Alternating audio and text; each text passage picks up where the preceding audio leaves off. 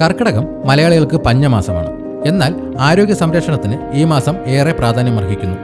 ഈ സമയത്ത് ശരീരബലം കുറയുകയും രോഗങ്ങൾ വരാനുള്ള സാധ്യത കൂടുകയും ചെയ്യും. ഇതിനെ ചെറുക്കാൻ നമ്മുടെ പൂർവികർ കണ്ടെത്തിയ വഴികളിലൊന്നാണ് കർക്കിടകക്കഞ്ഞി. എന്തൊക്കെയാണ് കർക്കിടകക്കഞ്ഞിയുടെ പ്രധാന ഗുണങ്ങളെന്ന് നോക്കാം. കർക്കിടകക്കഞ്ഞി വെറുമൊരു ആഹാരം മാത്രമല്ല, അതൊരു ഔഷധം കൂടിയാണ്. ശരീരത്തിലെ വിഷാംശങ്ങൾ നീക്കം ചെയ്യാനും രോഗപ്രതിരോധശേഷി വർദ്ധിപ്പിക്കാനും ഇത് സഹായിക്കും. കൂടാതെ വാതം, പിത്തം, കഫം എന്നിവയെ സന്തുലിതാവസ്ഥയിൽ നിർത്താനും ഇത് സഹായിക്കും.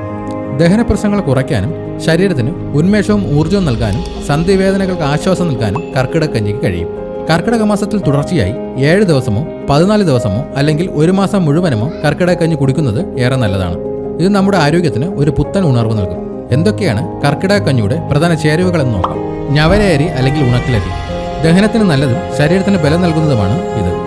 ചിറ്റമൃത് രോഗപ്രതിരോധശേഷി വർദ്ധിപ്പിക്കാൻ ഇത് സഹായിക്കുന്നു. വാതത്തെയും കഫത്തെയും ശമിപ്പിക്കാനും ശരീരത്തിന് കുളിർമ നൽകാനും ഉലുവ സഹായിക്കും. ജീരകം ദഹനത്തിനും ശരീരത്തിലെ വിഷാംശം നീക്കാനും നല്ലതാണ്. പ്രോട്ടീൻ സമ്പുഷ്ടമായ ചെറുപയർ ശരീരത്തിന് ഊർജ്ജവും നൽകുന്നു. മഞ്ഞൾപ്പൊടി ഒരു സ്വാഭാവിക അണുനാശിനിയാണ്. വീക്കം കുറയ്ക്കാൻ ഇത് സഹായിക്കും. ചുക്ക് ദഹനത്തെ സഹായിക്കുന്നു, കൂടാതെ കഫക്കെട്ടും കുറയ്ക്കുന്നു. കുരുമുളക് ദഹനത്തെ സഹായിക്കുകയും ജലദോഷം, ചുമ എന്നിവയ്ക്ക് ആശ്വാസം നൽകുകയും ചെയ്യുന്നു. മല്ലി ദഹനത്തെ സഹായിക്കുകയും ശരീരത്തിന് കുളിർമയും നൽകുന്നു.